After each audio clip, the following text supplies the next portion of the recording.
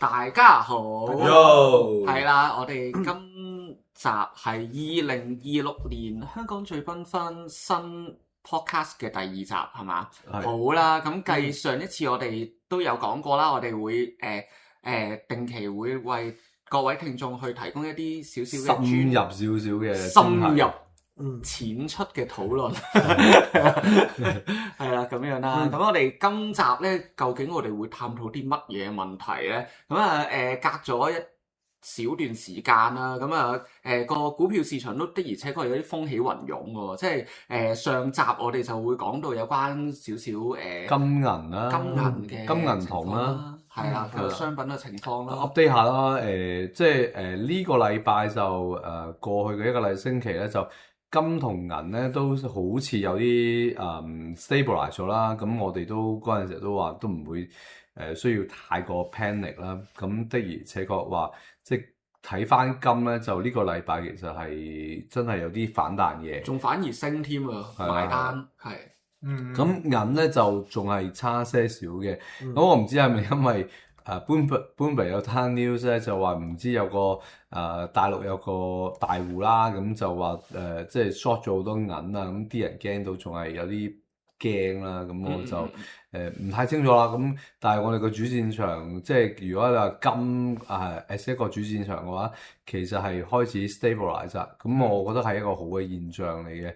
咁啲嗰陣時候，我哋上集有提過話，啲人係擔心嗰個新嘅聯儲局主席啊嘛。咁其實即係我自己都係依然都係聆聽翻嗰個諗法咯，就係阿 Trump nominate 佢嘅，咁你係即係老闆，你 nom 一個下屬，咁冇理由個下屬去同老闆對着幹啫嘛，咁都唔合情理咯。咁同埋即係呢個禮拜會越嚟越多人 dig out 翻呢個Calvin Walsh 以前做過嘅一啲事情啦，就係話佢2010年嗰陣時候咧，佢就好大聲咁反對呢個 QE 喎，即係話唔贊成。咁但係去到投票嗰陣時候，佢都係投票贊成。OK， 聲大冇貨賣。係啦 ，exactly。身體成咁呢個佢話最尾佢解釋翻話咁佢都好尊敬阿伯南克嘅即係嗰陣時候嘅時任嘅聯儲局主席啦。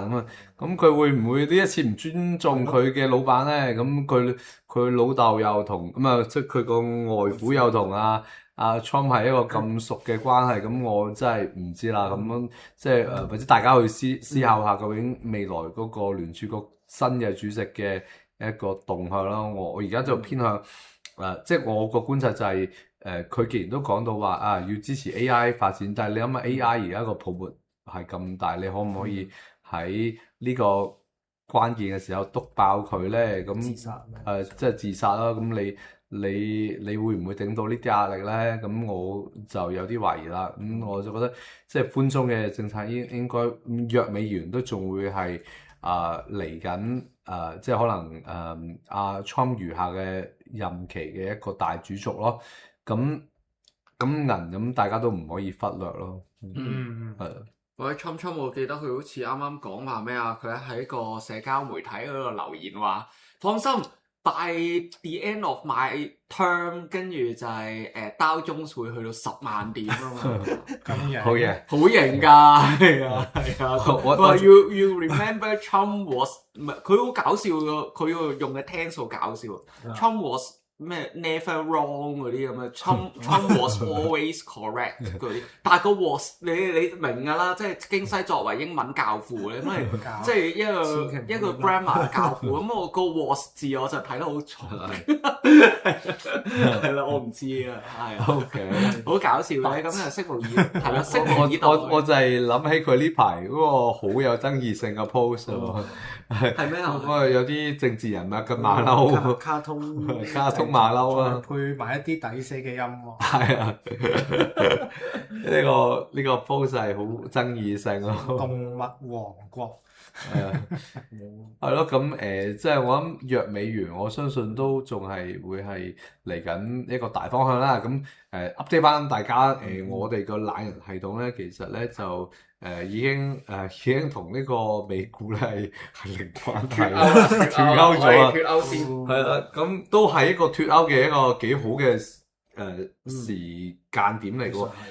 我好多朋友 feedback 翻嚟咧，哇！你點解你可以即係知道你個系統知道呢個時刻會要跳出美股嚇咁樣，即係避開晒最波動嘅時間。我講真係唔知啊，呢個真係一個數學遊戲嚟嘅啫。咁呢句冇啊 ，Trump was right about everything。 OK，係啊，我唔知個 was 字個 usage O 唔 OK？ was right about everything。都係啊 will be right in the future，係咯 forever。幾得意。睇你點睇啦。就睇下佢可唔可以好似佢個 social media platform。我以前都係啱晒嘅，你諗你啦咁咯。哦，OK。係。咁即係今集就都想講翻一啲，即係呢個禮拜比較 hot 嘅 topic 啦，就係呢個 AI agent 啦。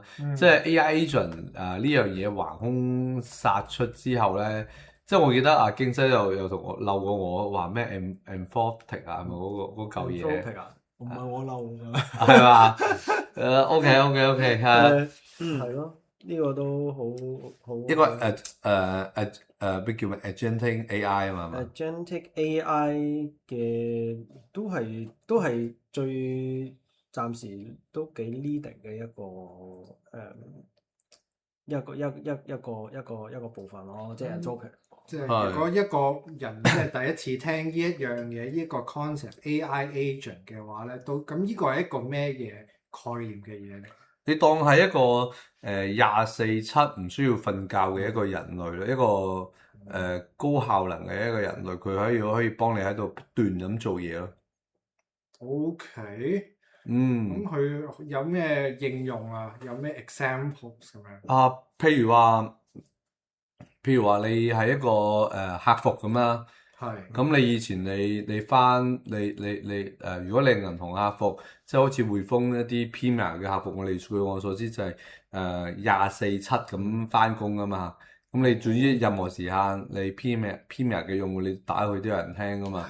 咁但係佢就可能翻2班3班咯，即係嗰堆人係。係。咁而家有機會就話有個 agentic 一個 AI agent 啦，咁佢就會可能 take up 呢啲 role。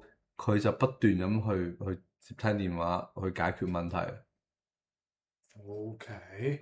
或者其他任何你去需要一啲重複性或者一啲可以做完一個編程，咁佢都可以做到嘅一啲嘢咯。佢唔會因為我哋人類咁，我哋需要食飯、瞓覺、休息，咁要停止工作啦。咁佢係唔需要停止咯。佢會繼續幫你喺度編程啊，解決一啲客服嘅問題啊，喺度幫你做 PowerPoint 啊，幫你做一啲研究報告啊，咁佢會繼續喺度做咯。所以呢樣嘢係令到過去一個禮拜咧，好多股票咧係好似斷崖式一個滅世棍咁下跌嘅喎。因為咧就係有啲以前我哋就幻想即係 Salesforce。係一個好美好嘅一個軟件啦，一個 SaaS 嘅軟件啦。咁只要我哋有公司嘅話，我哋就需要呢啲咁嘅 CRM 工具。咁我哋就需要人類去操縱佢。咁佢就按呢個人頭計，咁就收費啦，或者按 subscription 計啦。咁就有費用啦。咁而家就話 AI 會唔會連呢嚿嘢都取代埋咧？因為以前就 Salesforce 最美好嘅願景咧，就係話我只要我不斷咁投入去 AI，咁令到我嘅工具更加 AI 咧，更加可以即係令到即係我即係佢最好即係佢個 bull case 就係話我要取代一啲公司嘅人力嘅成本啦。譬如話以前咧，我有個人咧我需要喺入機需要打即係接聽電話，我而家我個 Salesforce。即係頭先講過話，嗰間公司嘅人係需要操作呢個 CRM 嘅系統啦，呢個 Salesforce 系統啦。而家話我 Salesforce 我自己 create 一個 AI agent 出嚟，咁我自己操縱翻我自己個呢個 Salesforce 嘅軟件啦。咁我係咪最慳成本？以前咧你請一個人可能2皮嘅，兩皮人民幣或者港紙嘅。而家我以前我就一套軟件賣俾你，我唔記得幾多啦。因為我從來都冇用過 Salesforce， 我當1000蚊一年啦，1000蚊港紙一年啦。而家我收5000蚊港紙一年，或者1萬蚊一年。咁我係咪比請一個人去操作呢個 CRM， 我更加賺更多錢先？呢個就係以前軟件界嘅一個最高嘅願景咯。即係話我想即係投放咗好多 AI 嘅即係投放咗好多錢落去 AI 嗰度，我想變成就係我取代人類，即係人，即係一啲人嘅成本咧，永遠喺好多公司嚟講係屬於係一個比較大嘅開支啊。咁如果一啲SaaS 嘅軟件可以做到呢樣嘢嘅話，佢的確可能會最尾賺到好多錢。但係呢個禮拜發生嘅完全係 out of 佢哋個 imagination 啦。即係話呢個禮拜發生嘅嘢就話頭先嗰種軟件係唔會佢嗰種軟件係唔會發生嘅。AI 係甚至會客製化到一個地步，就話連呢種軟件都取代埋咯。係啊，呢個就係市場最擔心嘅嘢咯。你睇個市場咧，就係無論 Salesforce 啊、Adobe 啊、Surface Now 啊、even Microsoft 都係 Microsoft 啊，咩佢有個咩Mate 叫咩 Day 話 W Day 嗰個 Workday 嗰間嘢咧，你睇過好多個股價，甚至係低過2025年4月嗰陣時候個股價。其實個市場已經同你講話，其實佢哋應該判斷緊呢堆公司會失敗咯。佢哋係覺得未來5年呢堆嘅商業模型咧會失敗咯。即係個市場而家就係咁判斷，但係即係 Heaven said 啦，佢哋呢班公司最近出嘅業績咧係好優秀，尤其 Surface Now 我都睇到好勁，係啊，係好靚仔噶。但係市場就判斷你5年之後你個商業模型咧係會崩潰啊！即係包括我哋唔小心玩嘅條 link 係最衰都係我啦，唔關事。呢個講真啱嘅嘢，即係 AI agent 嘅問題啦，令到即係好多嘢係一個斷崖式，一個滅世棍式嘅下跌啦。咁間都要即係要過清明節咁滯噶啦，真係提早過清明節。係啊，真係快山啊！我哋係啊，咁我唔知大家有啲咩諗法啦。究竟即係而家係一個即係一個商業模型嘅摧毀啊，未來嘅商業模型嘅摧毀啊，定係話其實係殺錯咗良民咧？咁我就即係我覺得而家我判斷，我為咗我聽下大家講，我先講自己嘅諗法啦先。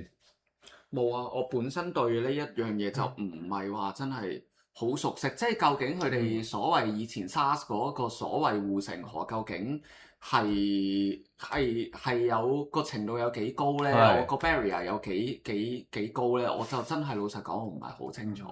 即係因為始終我都未即係因為我同接觸 AI 又或者 AI 嘅應用咧，我本人已經係有少少距離。你都唔好話以前就算 SaaS 呢一堆嘢同我都係有少少距離。我唔即係佢哋個商業模式無疑係 OK 嘅，但係其實我自己本身都唔係話好睇得通佢以前嗰啲商業模式。因為以前 SaaS 咧，佢就係一個一條龍嘅客製嘅一個界面，即係你係一個比較宜人嘅 UI，一個操作啦。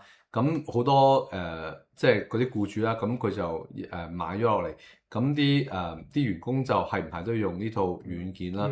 咁你可能去到即係落單啊、會計啊、一啲 HR 啊、compliance 啊，咁即係由前線去到後台嘅嘢咧，都可以做到嘅。即係CRM 就比較可能係落單啊，或者一啲入單嘅。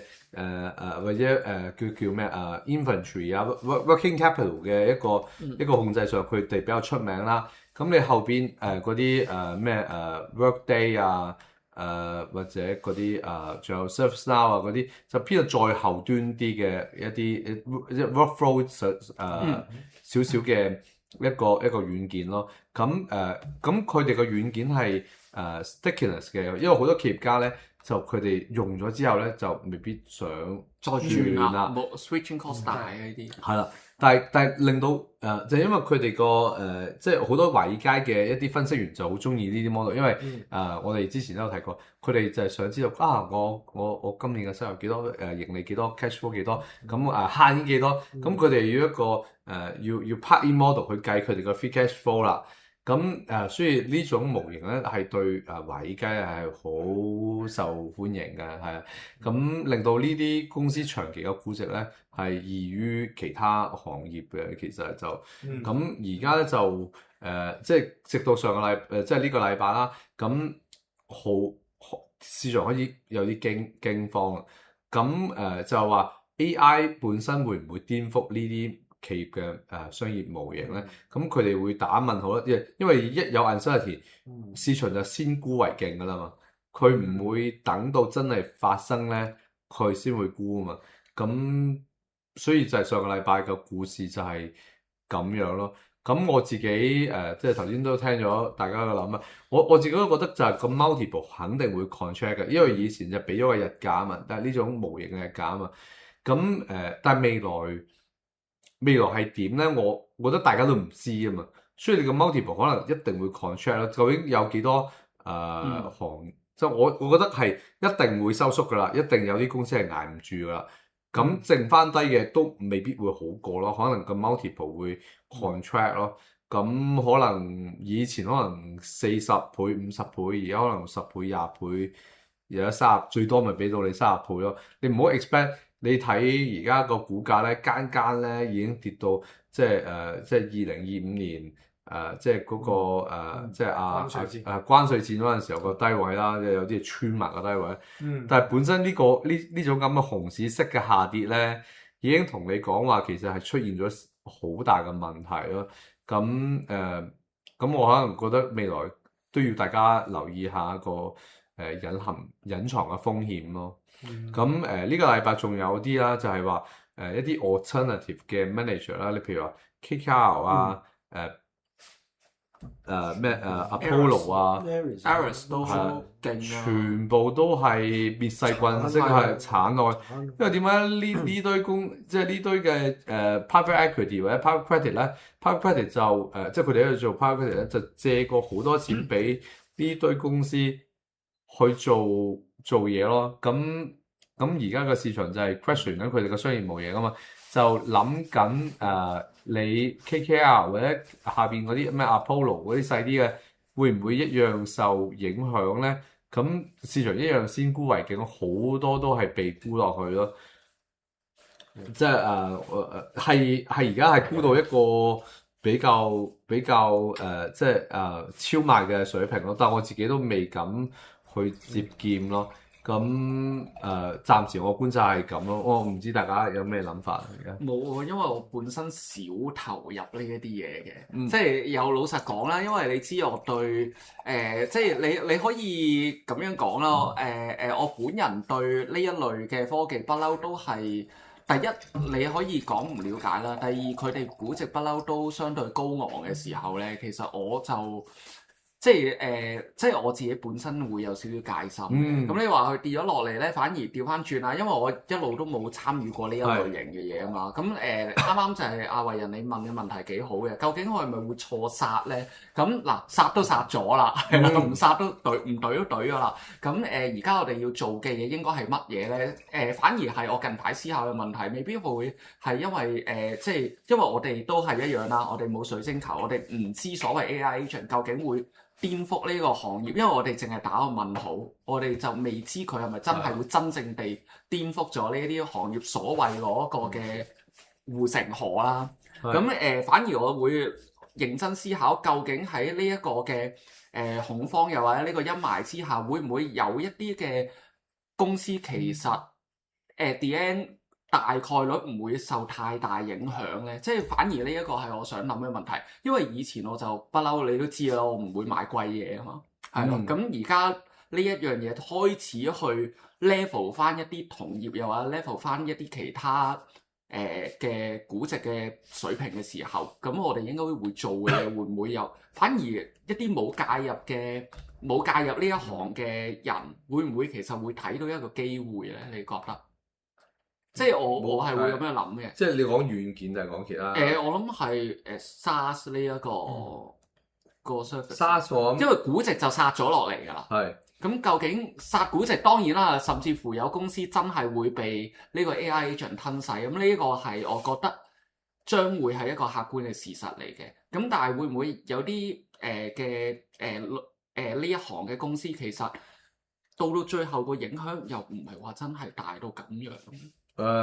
我覺得可能 ServiceNow 啊嗰啲可能最尾會生存到落嚟嘅，Adobe 可能會生存到落嚟嘅。Salesforce 我覺得有啲笨水，就驚啦，因為佢全部買 CRM 係啦，嗰啲有啲問水咯。因為 Adobe 你如果你話設計繪圖嘅嘢咧，你起碼要有時係即係用到人嘅創造力啊嘛。咁你 AI 難以完全去覆蓋即係取代顛覆你嘅。咁我覺得嗰啲可能會留低，但係你話 at what kind of variation 咧，咁我真係唔知啊。但係你話而家我都唔會亂接劍咯，因為我覺得睇唔清楚，不如等一陣。OK， 係，即係我會咁諗咯。咁我喺文章度都提過，即係不如留意翻一啲硬件咯，又或者 AI infra 係 AI infra 咯。咁呢啲可能會比較即係通吃型咯。咁你係唔係都可能會喺嚟緊即係會受惠到咯。咁最近啱啱嗰幾個巨頭都出咗業績啦。咁我讀一啲數字，我做咗一啲功課啦。即係幾間巨頭嘅一啲 capex 啦。Amazon 咧就會用200個 billion 啦，最勁啦佢。Google 咧就係180個 billion 啦。基本Google 咧係用盡咗自己所有 cash flow， 係基本上每一蚊賺翻嚟都投翻入去啦。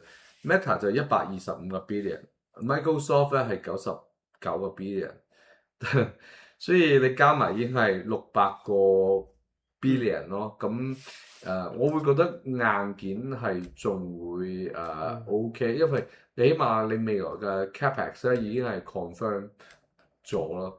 咁我會覺得硬件仲係可能會有一波再上咯。咁你軟件我真係覺得有啲問水啊。係咪咧？反而我會咁樣諗喎，即係如果你頭先問話喺呢一個 AI agent 嘅呢一個 trend 裏邊，如果佢真係做得起嘅話，有咩公司會留得低啊嘛？係咪嗰啲 join 即係 if you can't beat them join them 嗰啲咁嘅公司，即係佢再投入 whatever 方法將呢一樣嘢投入落去佢哋嘅 product 裏邊？因為而家 AI agent 嘅底咧，其實都仲係LLM model 嚟嘅。咁其實佢都係用緊即係大少少，譬如話 OpenAI 啊、Gemini 啊、Minimax 嘅即係各類型嘅 LLM model 啦。我自己覺得可能OpenAI 就有啲問水啦，即係之前我哋有提過一個所謂嗰個咩佢叫咩人形蜈蚣式嘅 financing 啦，即係一個 loop 啫，loop 啫，一個內循環咧，唔係未至於。而家我諗起啦，而家叫 circle financing 啦，即係其實你即係嗰個大家可以上閉環閉環啦，佢哋講個閉環啦，大家 search 下，即係你好似冇得輸咁喎，即係你 即係 Microsoft 就投或者SoftBank 投資 OpenAI， 跟住 OpenAI 又買翻 Nvidia 嘅晶片，Nvidia 賺咗錢之後又買翻 OpenAI， 即係你嗰種人形蜈蚣式嘅個閉環咧，有啲令人吃驚喎，好似個個都賺到錢㗎嘛，你明唔明？即係個個都變成Amazon 嘅 cloud 嘅 revenue，Microsoft 嘅一個 revenue， 即係全部都可以變成係 revenue。咁究竟係邊個輸錢咧？咁梗係 OpenAI 嚟緊都仲係會輸錢啦。但係個個就投入咗，有人投佢啊嘛，佢就將呢個投入去個錢咧，就讓將它燒去買人哋嘅 hardware 咯。係啊你買唔夠唔夠算力，我點算啊？揾 Oracle 咯，咁 Oracle 死啦！我爆算力喎，咁我點算啊？再買啲好多啲 Nvidia 嘅 GPU 咯。我冇錢我點算啊？借錢借錢咯，還債咯。銀行唔借錢咩？我點算啊？問 KKR 借咯咁。但係即係嗰條鏈係冇通先。external 嘅投資者就不斷喺度 fit 呢嚿。其實係我哋泵錢俾佢嘅，即係個咁嘅窿窿。係啊，咁成條鏈大家而家就開始有啲通啦。你發覺即係唔係單止銀行俾人拉咗落水啦，private credit、private equity 咧都俾人拉咗落水咯。所以而家嗰個即係嗰個所謂嘅閉環式嘅 loop 咧係揾到個窿喺邊啊越 loop 越嚟越大咯。真係好驚啊！其實不過當然你有個 bull case 嘅，就係 bull case 啊頭先話成功AI agent 你不斷咁取代人。啲人失晒業，但係咧我就不斷咁 create 好多慳咗好多成本，create 好多嘅 revenue 出嚟，咁啊呢個咪 bull case 咯，咁咪你呢個咪全人類都發達咯，咁但係咪真係咁咧？自己諗咯。呢個係咪真係存在嘅好似比烏較托邦咧？遙遠咯，呢條路暫時。因為之前你話 OpenAI 佢喺即係而家你只要解決 OpenAI 輸錢呢個問題，你就可以就將成條線變翻做正線咯。Otherwise 咧，我覺得軟件仲係輸家咯。硬件咧，因為巨頭仲係好多錢，你而家就算去到而家咁，佢哋都係仲係好拿多錢咯。咁我覺得佢哋只要佢哋嘅諗法就係話，我唔投入咧，我有機會係明日嘅輸家。咁不如我而家投入咗，令到其他人變成輸家。我要生還到落嚟咯，好似玩緊嗰啲咩音樂凳咁樣。唔係啊，其實舊年咧，就係你發現咧，咁啱啱就係 exactly 就係為人講啊嘛。我哋 list 晒啲巨頭講個 capex 出嚟，越 capex 越少就越跌得勁㗎喎。你做咩唔投啊？你係啦，做咩唔投啊？係啦，但係咁啱啱 Apple 最近升嘅。係啦，去到啱啱今個禮拜調翻轉喎，突然之間咧，你越投得多，我哋越驚喎。你睇下 Amazon，因為而家我覺得真係好奇怪我同意個市場，即係我睇 Twitter 都有種聲音就係話都啱嘅，即係你越投入得多咧，即係代表頭先話舉個例子話 Google 啦，咁你就將每一個 cash flow 咧，每1蚊嘅 cash flow 變成 capex 啦，回購點算啊？到時先算咯，叫 share buyback 唔係佢照講噶，佢照有噶。咁佢又如果缺水，咪又發下啲永續債咯，派現卡俾大把佢你哋啲股 cap 東啦。係啊，2080年到期啦，唔得冇所謂一人㗎。一張卡咯。一張5090咁樣。即係我見 Twitter 有啲人係擔心緊呢樣嘢咯。佢未知 Wall Street 點玩嘅，我覺得係咪啊？不嬲你 Apple 嗰啲都係咁樣噶啦，你 Coca-Cola 嗰啲都係。但係都因為短期嗰個反應已經出咗嚟，我估個市場都係咁諗嘅。你全部攞嚟做 reinvestment 咧，咁你以前即係你美國嘅股票你比較成功就係因為個回購啊嘛。咁你令到個市場係咁個 EPS，即係就算你話overall 個 earnings 冇點着，但係你回購令到個 EPS 升咯。係啊，即係嗰個shareholders equity，即係係咯，即係嗰一 part。或者越嚟越貨源歸邊咯，因為你個 base 都縮咗，咁個市場就少咗股賣啊，都係有影響咯。咁都唔知啊，咁因為未來嘅嘢我哋都唔會可以完全有水晶球睇得到啦。我哋睇得到就話，即係你未來1-2年咧，呢種咁嘅 capex 咧，你起碼硬件譬如高端製程嘅 TSM 啊、ASML 呢啲都冇乜問題咯。咁或者我哋成日講嘅 HBM 啊，咁都係需要呢啲嘢去開發AI 嘅一啲新嘅嘢啦。咁我哋就比較可能傾向硬件嗰類，就你唔需要承擔咁多人生。你與其不如去估邊個軟件公司生還，不如去諗下而家我哋點可以賺到錢。咁都係嘅，市場已經用腳投咗票啦。自己大家可以睇下 TSM 啊、ASML 啊、Lam Research 啊呢一堆嘅硬件股嘅表現啦。係啊，好 solid。TSM 差唔多有 all time high 咁滯添啦。係咯。即係所以都認同嘅，即係我諗大家做投資嘅時候都係想迴避 uncertainty， 我覺得呢樣嘢係好緊要。即係有時有啲嘢你覺得啊佢好 low tech 咩，好低端咩，好乜嘢，但係有時我哋往往即係做投資喺即係作為一個基金經理，作為一個要用other people's money 嘅人，其實你係最想去投放嘅嘢係唔係話最高回報，係要迴避最高嘅不確定性咯。咁所以呢一樣嘢大家都可以諗一諗。例如喺呢一個咁叫做一向比較高估值嘅 AI 啊，又或者一啲 tech 嘅市況，突然之間有咁嘅轉變，你都可以諗下，究竟其實我哋即係做投資，佢哋嗰個思路係點樣？我覺得呢樣係好重要，即係呢一個係通用去好多唔同嘅 sectors。唔單止係即係講緊 tech 啊 AI 呢一樣嘢。同意，係咯因為嗰啲軟件股就算而家殺咗估值咧，我都仲係覺得好貴。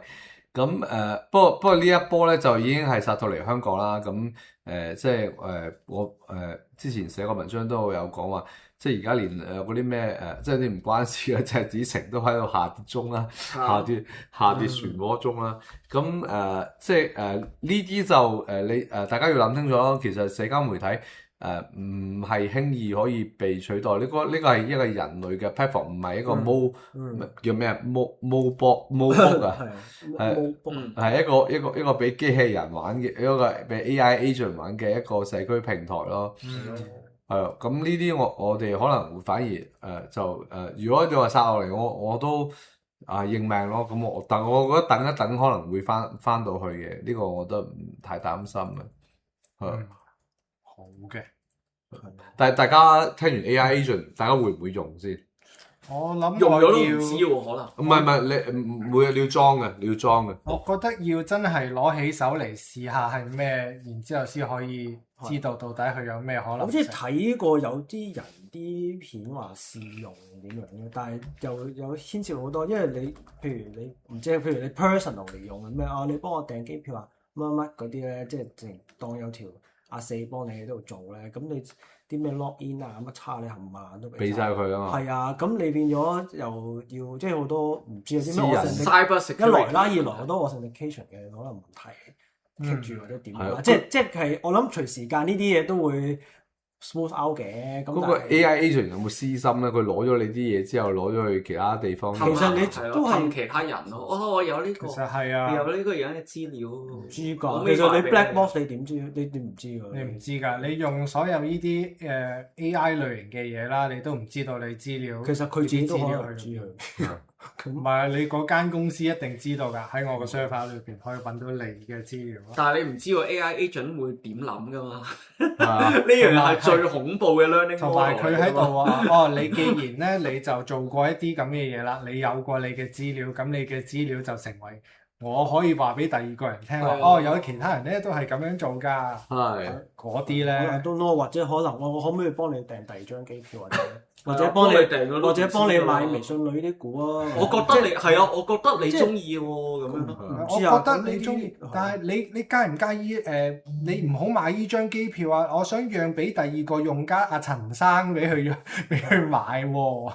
阿陳生買咗啦，所以可能個 at the end 你 personal 嚟用，可能都係變咗係啲唔係咁太對於你太過 material 嘅一啲事情，你可能就會用得比較放心啲咯，即係一個正常人嚟講。不過而家我都即係最近睇嗰個咩 Mobot 嗰啲 AI agent 嗰啲討論咧，即係佢哋啲討論太變態啦，即係已經我覺得係好似係就嚟要即係將人類咧消滅咗，即係消滅嘅感覺。我自己就覺得，如果你真係要用 AI agent，你買部乾淨啲嘅電腦裝咯。嗯咁你就唔好即係將自己啲銀行戶口啊、個人好私隱嘅個人資料擺上去咯。係你真係要試嘅話就乾淨啲咯，乾淨啲嘅電話或者電腦嚟試咯。有啲嗰啲咩係 notebook 啊，嗰啲 post 就係即係嗰啲 bot 咧喺度傾話咩點樣可以賺多啲錢繼續買 token 啊嘛。咁佢可能我唔知喎，你裝我呢啲咁，不如睇下點樣撻咗主人啲錢去延續我嘅生命啦。即係咩話 happen 嘅喎，唔知啊。咩話？即係佢依啲 AI 幾個 AI 喺度，係啊，喺度 discuss 點樣可以買。就係一個點解叫 mobile？因為好似 Facebook 咁嘅嘢，一個人類嘅社交平台，佢叫即係類似一個 robot 嘅 Facebook 啊。好似話佢哋係整咗一個新嘅 language，等啲人類睇唔明，係啊，好癲。所以我覺得就，與其俾 AI 操控我哋，不如我哋即係同呢個樣嘢就保持一個有合適嘅距離咯，可能某啲事情嘅方面。起碼你部電腦，你平時攞嚟做銀行嘢啊，有啲重要嘅嘢，你唔好撈 AI 落去咯，係。即係你有個 LLM model 咁冇所謂，即係你但係你個 AI agent 你有啲危險啦，真係幫你代言㗎，大佬。代言係啊，我攞到 authorization 啦。咁如果你即係喺電話度搞，咁你都唔知要 read 埋呢啲。我將佢個 credit card limit 包佢。上網好多㗎嘛，有啲人咧走去買本mini MacBook 嚟裝呢嚿嘢，佢話佢嗰個人就問佢。你可唔可以幫我賺翻我為咗你而買呢買呢部 MacBook，你幫我賺翻呢個 MacBook 嘅錢。第二日咧就有人撳門鐘，用原價賣俾人，賺咗贏。咁佢做到 deliver OK。係，但係你個交易已經成立咗啦，係啦。係啊，而你唔知嘅。佢個request 就寫得唔係夠好。佢話應該唔係賺翻呢一部機嘅價錢翻嚟，係賺翻呢部機幾倍嘅價錢翻嚟。咁可能到時唔知有啲咩去咗 Bet360買嘢咯，或者佢用咗你啲權限咧，佢做一啲犯法嘅嘢咧，最尾承擔法律責任嘅係你嘅主人喎。係㗎，係咯。咁，我覺得寧願。即係同佢保持距離觀察先啦，唔好太過心急去。呢個已經好叮當嘅世界，都好歡樂喎！即係成件事係一啲好開始科幻啦喎，好science fictional 嘅嘢咯，喺度話你幫我賺翻幾倍錢翻嚟啦。之後咧，你第二朝瞓醒就我幫你 put 咗啲股票啊，你試之後再開個 news 呢啲股票升到撲街啦，之後你就 shit， 我 short 咗咁。short 咗啊！你 short 咗啊！係啊，真係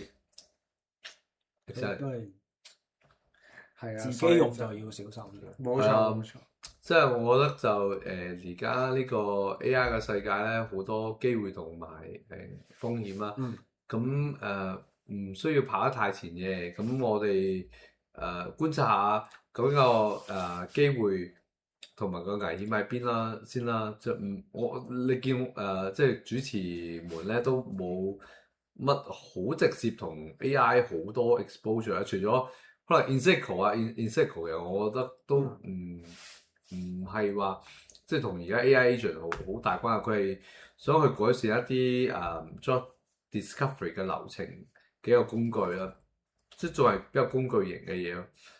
但係你話而家要用到 AI 嚟操控我哋嘅 workflow，我覺得佢可以觀察下咯，唔需要太過心急。太早期咯，我都覺得。即係你話有啲軟件公司佢哋一定或者人類佢哋諗到太遠咁AI 會取代軟件啦，咁可能係。咁但係我哋作為一個人就咪觀察下先咯。係啊，都要睇下到底呢個 AI 個 development 個速度。我以前都講過話，即係我哋可以投資啲嘢同 AI 無關，佢顛覆唔到我哋啊嘛。咁我哋學一啲佢哋顛覆唔到嘅嘢，佢永遠都係次級於我哋嘅。嘅知識，咁我哋先至有機會贏。如果你又係做緊 AI 可以取代你嗰個嘢，咁其實好危險啊嘛！而家你全美國大概好似有3-4% 嘅人係做緊軟件開發嘅工作噶嘛。你幾億人嘅3-4% 都唔係少數啊。中國好似5% 啊嘛。咁你話咁如果你冇其他 skill set，你俾 AI 一嘢咁取代你真係有啲危險啊！咁呢啲人就反而我覺得危險意識就可能要強啲，唔係在於嗰個公司嘅股價，咁你諗下自身嘅職業咯。都係嘅，即係好似依家就喺其中一個歷史嘅呢個 inflection point 冇錯，就以前就有啲咩工業革命，乜個諸如此類咁嘅嘢，呢一個就可能係下一個 step 咯。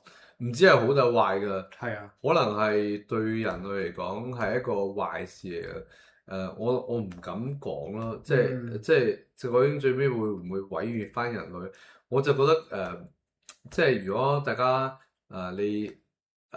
你賺到錢，可能你都係投資翻一啲實物啲嘅嘢咯，唔好全部係一啲 AI 嘅嘢或者工作啊，好多都可以俾 AI 取代嘅嘢，咁你就更加要小心咯。我有幻想過，即係如果賺到錢，即係不如我哋最繽紛咧，即係喺一啲遠離煩囂嘅，譬如澳洲啊、紐西蘭啊、加拿大呢啲地方咧，買塊農田咧。你攞個 Optimus 嘅機械幫你種下嘢咁，我哋喺度飲緊清酒。我哋喺澳洲喺度我哋有個酒莊喺度啦。係啊，啱，好，即係遠離一切咯，唔好同佢哋有咩直接關係咯。